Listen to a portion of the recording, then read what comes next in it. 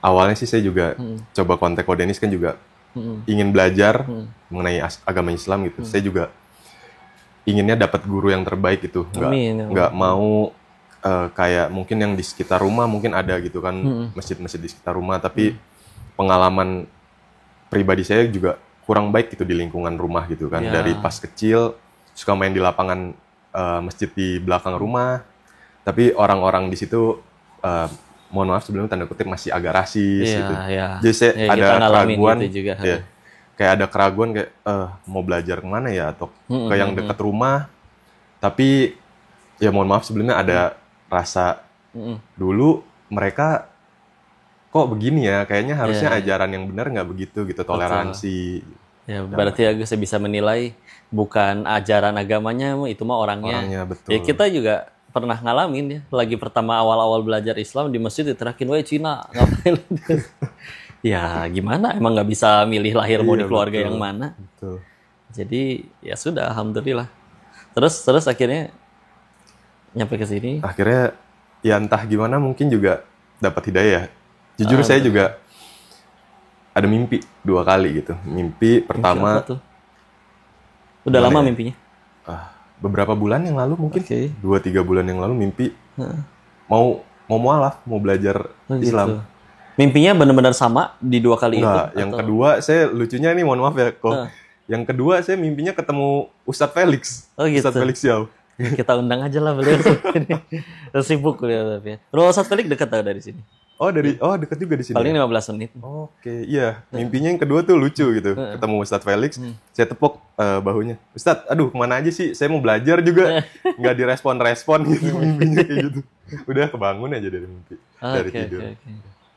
Oke, ya sudah. Apa berarti yang pengen ditanyakan atau yang digusarkan atau terserah saya mau ngomong apa? Iya sih. Sebenarnya yang saya pengen tanyakan sih itu pertama, apa sih yang sebenarnya yang harus saya pelajari gitu? Karena kan memang nol besar ya ibaratnya ya, untuk belajar agama lagi. Ini saya mau mulai lagi dari awal supaya benar, nggak melenceng. Apa gitu? Ibaratnya kayak apakah ada starter pack-nya yang harus saya pelajari dulu, atau alat-alatnya atau buku apa yang perlu saya baca dulu gitu, Pak? Ya, pertama istilah. Akhirnya kan orang ketika beragama itu bagusnya dengan rasional ya. Dengan akalnya masuk dulu. Kau meyakini kalau ketemunya Ustadz Felix, beliau akan akal banget. Beliau akan sebagaimana beliau menggunakan akalnya untuk berpikir siapa itu yang nyiptain kita, untuk apa kita diciptakan, setelah mati akan kemana. Lalu kalau standar yang kedua memang ada nuraninya, dimana kita ngelihat memang seharusnya kalau belajar agamanya benar, terutama belajar agama Islam, tentu akan jadi makin baik, makin jadi manfaat bagi banyak orang. Memang kalau misalkan dari awal banget, Koko juga dulu nyari ya, karena sekolahnya sekolah Katolik sama TK sampai SMA. Dan Koko cukup lama besar dengan Popoh, yang beliau Buddha. Dipanggilnya bisa jadi kalau di orang kan ada yang manggil Amah, ada yang Popoh juga ya. Terus jadi makan babi juga dan yang lain-lain. Jadi sempat diselidiki atau dicari tahu juga bagaimana konsep ketuhanan menurut, ya memang kalau belajarnya paling di Katolik Kristen, sama Islam, sama paling Buddha. Dan Buddha yang kau tahu tuh kayak begitu, cinta kasih universal. Tapi akhirnya gara-gara tinggal di Thailand, kau jadi dapat kesimpulan kalau sekedar baik aja, kita mungkin bisa sepakat semua agama itu ngajarin kebaikan itu betul. Tapi masalahnya baiknya menurut standar apa dulu atau standar siapa dulu. Karena mohon maaf, orang yang akhirnya pada usaha judi di Thailand itu juga mereka merasa diri mereka baik. Karena pelanggannya nggak saya paksa. Ya kan, nggak pernah nodongin orang, lu harus judi nggak, enggak. Begitu menang juga harus dibayar. Jadi gue zolimnya di mana? Bahkan termasuk orang-orang yang mohon maaf laki-laki jadi perempuan di sana, ya. Saya zolimnya di mana? Saya bayar dokternya senang dengan bayaran saya. Saya kalau sakit pun saya rela. Kalaupun akhirnya setelah jadi setengah perempuan saya jual diri juga, pelanggannya nggak pernah ada yang saya paksa. Kita suka sama suka, mereka pengen ngasih duit. Tanpa saya buka tarif pun mereka ada yang mau ngasih duit. Jadi saya zolimnya di mana? Jahatnya di mana? Dan jangan heran kalau mereka juga tetap rajin ngasih ke orang tuanya, sopan ke orang-orang, bahkan ke tempat ibadahnya masing-masing. Oh, jadi ternyata kalau nemuin suatu insight ya, bahwa kalau misalkan baik, tapi menurut kita, ya jadi terserah mereka gitu. Yang penting aku tetap begini ke orang tuaku, tetap begini ke tempat ibadahku, nanti mau kayak gimana pun, ya sudah, bagiku aku sudah jadi orang baik. Nah, tapi kalau dalam Islam ternyata bedanya adalah baiknya menurut yang maha baik, menurut aturan Allah. Kita punya aturan apa yang boleh, ada yang tidak boleh, yang ternyata kalau kita terapin itu jatuhnya bukan untuk supaya ngebikin kita ribet, tapi kalau sudah sampai dilarang pasti karena itu buruk buat kita, kalau udah sampai disuruh pasti itu karena yang terbaik buat kita. Ibarat kita bikin aplikasi atau bikin mesin cuci atau bikin mesin, kan kita tahu ini cara terbaik ngegunain mesin ini tuh gimana. Karena kalau orang nggak ngerti nanti dia ada yang beli kulkas buat dijadiin lemari, ya kan? Karena bisa sih bisa, cuman kan nggak sesuai fungsinya kan. Nah kita ada yang bikin nih, kita yakin nggak tiba-tiba jreng simsalabim ada, pasti ada yang bikin. Maka ternyata ada yang disebut bahwa ini adalah wahyu atau yang diucapkan oleh pencipta kitanya. Yang sejauh ini Al-Quran sudah ada selama nyaris 15 abad, nggak pernah berganti, nggak pernah berubah, dihafal banyak orang, sanggup merubah miliaran orang. Jadi agak penasaran juga dulu ke sana. Dan juga ketika bicara tadi tentang baiknya menurut siapa, ada tambahan lagi. Dulu ceritanya kan semua orang pasti pengen bahagia ya. Salah jalannya Koko, ngerasa bahagianya dari duit, makanya ke Thailand, buka kasino. Cuman ternyata orang pengen kaya itu ternyata salah satu alasannya karena belum pernah kaya aja. Karena begitu udah kaya ternyata ada juga yang bahkan lebih kaya tapi lebih tidak bahagia, itu juga pasti ada lah. Kita pasti kenal orang yang selama kita hidup ini yang dia lebih nggak punya apa-apa dari kita tapi lebih ceria, atau juga yang lebih punya segalanya tapi ngambek melulu dan lain-lain. Nah ternyata ada celetukan kayak begini. Siapa dong orang yang bahagianya tanpa alasan, tanpa batas? Ada yang nyeletuk, itu mah cuman orang yang udah dekat dengan Tuhannya kali. Saya mikir kalau di Katolik Kristen iya ada para nabi juga, iya juga ya, mereka dijahatin umatnya iya, dijahatin kaumnya iya, pahala banyak, dosa nggak ada, tapi tetap jadi orang baik. Dan ternyata di dalam Islam juga ada kisah-kisah seperti itu. Saya penasaran, ya juga ya, ngapain ya? Kita sendiri kan kadang kalau pengen baik, kalau misalkan kita ngomong kayak contoh karma ya, kenapa kamu baik? Biar dia baik. Kenapa kamu nggak jahat? Ya takut dijahatin sama orang. Terus kalau orang berhenti baik, kita juga berhenti baik gitu. Kalau mereka-mereka tadi, orang yang katanya sudah dekat dengan Tuhannya, segitu baiknya, padahal hidupnya berat banget, padahal dijahatin orang banget, ngapain tetap baik gitu? Apa yang mereka bela sih? Apa yang mereka kejar? Oh, ternyata setelah akhirnya kenal Islam, ya itu dia. Mereka berbuat baiknya satu, karena Allah suka. Karena ini, kalau berbuat baik, dia tahu kalau berbuat baik, itu dia lagi berbuat baik untuk dirinya sendiri. Jadi benar-benar nggak ada embel-embelnya gitu. Baiknya bukan supaya nanti dia balas budi, tapi sederhana. Allah suka. Jadi dia berbuat baik orang jahat, ya udah dia yang rugi kan, dia yang jahat, masa aku yang dihukum. Dia malah balas air susu dengan air tuba, ya kan aku berbuat baiknya bukan supaya dia suka, biar Allah suka. Enak, lempeng. Kalau dia tetap nyebelin, ya alhamdulillah lah, meninggal mati nggak ditanya kelakuan dia, tapi ditanya kelakuan masing-masing. Jadi kayak, loh ini orang berarti bisa stresnya gara-gara apa, kecewanya gara-gara apa, berhenti baiknya gara-gara apa. Karena ya sudah ultimate, udah ke berbuat baiknya, setidaknya dia telah berbuat kepada sesuatu, yaitu Allah, yang tidak akan mengecewakannya, tidak akan menyia-nyiakannya. Jadi akhirnya setidaknya bikin kita jadi nggak mudah kecewa gitu. Kita kan kadang gampang kecewa ya ketika udah nolong orangnya nggak balas budi, atau malah dijulitin, atau malah diomongin. Tapi kalau ketika akhirnya dari awal kita udah lurusin niatnya tadi untuk Allah, dan karena begitulah makna Islam, berserah, melepaskan diri, merelakan diri, dari kata aslama yuslimu, ya udah ketika udah rela semuanya ridho, ya enak memang. Jadi ternyata bahagia itu bukan dengan punya segala-galanya. Kalau bicara punya segala-galanya, kita nggak akan lebih kaya dari koruptor. Tapi mereka juga malah nyolong aja terus.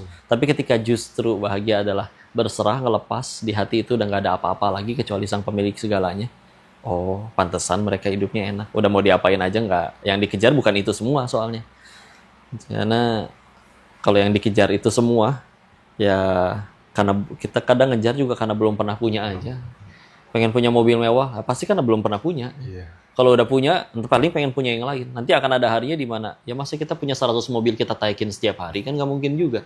Dipajang doang juga, maintenance dan segala macam, pajaknya segala macam. Kalau bayar pajak sih itu juga, ya. Jadi capek sendiri. Kepikirannya sih dari situ. Sehingga akhirnya kalau pengen mulainya belajar dari mana sih, ya perlu diketahui dulu bahwa sholat, zakat, rukun Islam kan 5 ya. Satu, syahadat dulu nih. Syahadat itu yang bersaksi tiada Tuhan selain Allah dan juga Rasulullah adalah utusannya. Baru kan sholat, zakat, puasa, haji.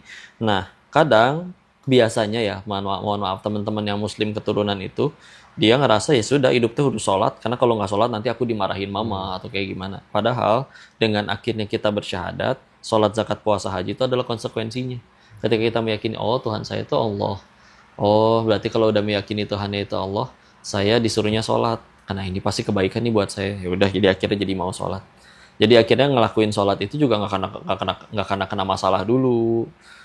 Murni hanya karena konsekuensi dari dia sudah tahu nih kenapa jalan yang sudah saya pilih ini, keimanan yang sudah didapat ini, konsekuensinya adalah ngelakuin semua kebaikan yang tadi. Jadi minimal tahu itu dulu, kenapa aku harus sholat, zakat, puasa, haji. Nanti yang lain ngikutin. Mau mulai belajar bahasa Arab dulu, ada buku Iqra-nya, ini huruf alif, ini huruf ba, ta, sa. Mau dibagi, misalkan yang belajar itunya sepekan sekali, sisanya belajar apa, belajar gerakan sholat, sama bacaan-bacaannya apa, sambil diapalin. Belum bisa bahasa Arab, ya udah bahasa Latinnya dulu. Dan kita nanti hari apa belajar ngapalin surat Al-Fatihahnya dulu. Ya. Jadi ilmu itu penting, tapi juga ketahuilah bahwa ilmu itu dampak paling baiknya itu harus ngerubah diri. Jadi jangan sampai ada orang yang berilmu tapi ya sombong ngeremehin orang. Mendingan ilmu yang baru ada segitu-segitunya, tapi bikin kita jadi yang ya akhlaknya lebih baik. Kalau tadi cita-citanya mudah-mudahan bisa jadi suami yang lebih baik, bisa jadi ayah yang bertanggung jawab. Padahal kalau ditanya ya Quran belum hafal karena masih belajar. Kitab-kitab ini belum pernah ada dibacain sama sekali karena ya memang belum belajar. Daripada ya itu dia tadi. Dia udah belajar semuanya, tapi akhirnya malah jadi ya itu dia ngerendahin orang ya. Jadi ya sebetulnya fleksibel ya, memulainya dari mana. Tapi yang memang paling fundamental kan nanti pasti harus jadi sholat. Jadi mungkin belajar gerakan sholat tuh apa aja, yang dibaca tuh apa aja. Dan itu kan bisa untuk ya googling aja, pakai bahasa Latinnya dulu. Nanti kan sambil Latinnya itu walaupun bacaannya mungkin tidak sebagus yang imam-imam besar, seenggaknya paham maknanya. Karena kalau mau jujur juga banyak sekali orang Islam dia hafal bacaannya, ditanya artinya nggak tahu. Jadi dirasapi maknanya. Ya pelan-pelan mulai dari sholatnya dulu, nanti pelan-pelan supaya bisa tahu Quran. Kalau sambil pengen sering baca terjemahannya dulu, itu juga udah alhamdulillah. Tapi kalau misalkan pengen supaya tambah sempurna kan, karena kan baca Quran baru tambah sempurnanya itu dihitung pahalanya per huruf itu memang kalau pakai bahasa Arab. Jadi setiap kali nanti kayak Bismillahirrahmanirrahim 19 huruf, satu hurufnya diganti dengan 10 kebaikan, berarti ya baca Bismillahirrahmanirrahim aja itu sudah 190 kebaikan per hari. Menghapuskan 190 dosa lainnya insya Allah. Yang insya Allah kayaknya kita nggak mungkin bikin dosa 190 kali juga deh sehari. Walaupun ya dosa ada skala besar, ada skala kecilnya. Ya mulai dari situ pelan-pelan. Kalau juga ngejarnya ya terseok-seok. Biasanya dulu diajarin Mandarin hurufnya begitu, tahu-tahu alif batasa. Gitu kurang lebih. Berarti dari cerita Koko barusan juga ekspektasi ya. Kita sebagai manusia tuh terlalu banyak berekspektasi sehingga seringkali kayak dapat kekecewaan. Itu sih yang kena sih itu. Kadang kan bahagia tergantung sudut pandang kok. Betul. Kayak misalkan ada orang dia nge-gym, kan diledekin sama kuli. Ih, bapak mah bodoh, bapak yang bayar, masa bapak yang gotong-gotong besi gitu katanya. Mendingan saya gotong-gotong kardus tapi saya yang dibayar. Ya juga, tapi rela kan yang nge-gymnya. Emang saya pengennya badan saya bagus, saya bayar juga saya rela meskipun saya gotong-gotong. Jadi tergantung sudut pandangnya nih. Jadi ketika ya itu dia, kalau ada yang berkata, kok saya dia sholat sih sholat ya, tapi ketinggalan sholat gak nangis. Tapi waktu kalah arisan kok nangis, ya udah berarti di hatinya duit. Gitu. Ya kita tinggal ngecek hatinya apa. Di saat orang lain, kenapa kamu sedih? Iya nih ada yang komen buruk di postingan aku. Sedangkan bagi orang yang nggak peduliin itu, mau orang ngomong apa kayak sampai berbusa, karena bahagianya adalah misalkan di ibunya, jadi selagi ibunya bahagia, orang lain mau membenci dia nggak peduli. Tapi kalau misalkan yang dipedulikan adalah popularitas, dia bikin konten yang komen 100, yang 99 muji, 1 menghina, bisa ngambek mikirin yang 1. Betul. Jadi yang dikejar apa dulu? Ya. Jadi ya itulah berserah, melepas. Karena ternyata begitu hidup tuh. Justru bahagia itu bukan dengan punya segala-galanya, tapi ngelepas segala-galanya. Tapi kadang dengan ngelepas segala-galanya, kualitas hidup kita jadi lebih baik, diri kita juga jadi orang yang lebih berkualitas, lebih jujur, punya value. Nah, ketika kita udah jadi orang kayak gitu kan orang nyari kok. Betul. Orang nyari, "Ih, sama dia aja tuh, dia nggak akan ngambil sepeser pun yang bukan haknya." Jujur banget orangnya. Orang ngejar kan? Iya. Daripada kita diketahui pinter banget, tapi setiap kali ada celah kita licik, kita likiat, kita jahatin orang. Lama-lama orang juga, ih males urusan sama dia. Mau sekolahnya tinggi kek, mau bicaranya bagus kek, mau fisiknya indah kek. Ya, efek nggak langsungnya mah kayak begitu. Banyak banyak cerita yang udah Ko Denny sampai nih, saya juga jadi tersentuh juga sih. Mungkin berarti untuk tahap awal ini dari Ko Denny sendiri, insight untuk saya tuh seperti apa ya? Apakah saya harus seperti tadi kan 5 rukun Islam tadi, yang pertama harus syahadat, kemudian sholat, zakat, puasa. Kebetulan saya juga udah coba lakuin kan. Oh, di Ramadan kemarin? Ramadan kemarin saya puasa. Dapat berapa hari? Bolongnya mungkin 3 atau 4 hari ya. Selebihnya sih benar-benar dari subuh sampai ke maghrib. iya. Mungkin bolongnya 4 hari itu juga karena ada sakit atau lewat sahur gitu. Jadi ngasih insight mah. Tadi kan bicara mulai belajar apa ya? Alangkah jauh lebih baik memang ketika belajar itu ya istilahnya sudah login sekalian, sudah di dalam sekalian. Iya. Karena ya kalau mau jujur kau suka ini biasa untuk motivasi diri sih biasanya. Setiap kali kita pengen lakuin satu amalan gitu. Aku pengen rutin istiqomah sedekah atau rutin ngelakuin puasa sunnah apalah, Senin Kamis misalkan atau apa. Kan sebetulnya balapan kok antara kita mulai duluan amalannya atau mautnya yang jemput duluan. Iya. Karena sebetulnya ya itu cepat atau lambat. Nah, takutnya ini mah kekhawatiran sendiri. Ya nggak ada umur duluan, belajarnya udah tapi berikrarnya belum. Sedangkan kalau bicara belajar, nggak ada bedanya belajar dari dalam sama belajar dari luar. Sama-sama belajar. Bukan berarti kalau ketika belajar, iya memang jadi berarti kan nanti wajib sholat, wajib apa. Tapi kan beda orang yang diwajib. Memang wajib mah wajib. Tapi kan alhamdulillah kita punya juri, Allah itu maha adil. Perjuangan kita untuk mulai mengenal dari nol, sampai akhirnya sholat kita belum sebagus orang lain, itu juga nggak akan disia-siain. Akan beda di hadapan Allah dengan orang yang udah benar-benar tahu hukumnya, semuanya. Tapi tetap dia masih lalai.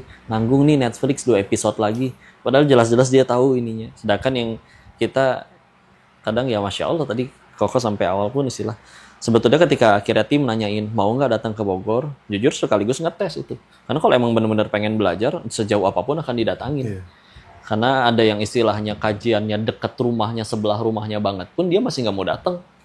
Kita yang istilahnya yuk, misalnya ada targetin orang yang pengen ajakin dia untuk supaya kenal Islam yuk. Ya udah kajiannya dibikin yang benar-benar dekat dengan tempat kerjanya atau bahkan di tempat kerjanya atau bahkan masjid dekat rumahnya. Ya kalau emang belum mau ya nggak datang, nggak niat. Jadi dan kalau dari sudut pandang saya juga, saya kalau tidak mengingatkan, terus ternyata na'udzubillah sayanya yang mati duluan atau pokoknya misalkan wafat duluan sebelum istilahnya mengingatkan, nanti ya memang sayanya yang dituntut sama Allah. Walaupun balik lagi keputusannya di Ko Arfinnya sendiri. Karena kalau dulu Yusuf Hamka, tahu nggak? Pengusaha jalan tol. Dia kan dulu mualafnya dengan ada ulama besar Indonesia, namanya Buya Hamka.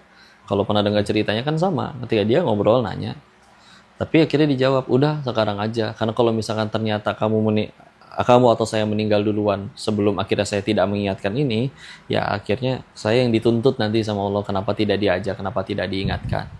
Masalah diterima atau enggak kan ya kata Allah juga la ikraha fiddin, tidak ada paksaan dalam beragama. Apalagi kalau misalnya ternyata Ko Arfin sendiri udah tahu cepat atau lambat, entah karena calonnya juga tadi muslimah ya, entah karena akhirnya sudah benar-benar yakin atau sekarang ya udah yakin cuma nanti aja ikrarnya, dan saya yakin itu pasti godaan dari syaitan aja, udah antar aja. Jadi kalau misalnya ujung-ujungnya gitu ya, ujung-ujungnya memang mau. Dan kayaknya nggak mungkin nggak mau kalau nggak mau jauh-jauh ke sini kan. Ya, saya enakan belajar dari dalam. Ya. Masalah, tapi kok saya masih terbatas, sholatnya belum bisa. Ya sudah, Allah ngerti itu semua. Allah ngerti. Kalau daripada ya itu dia, ya nggak tahu ya umur. Seperti itu. Berarti login gitu.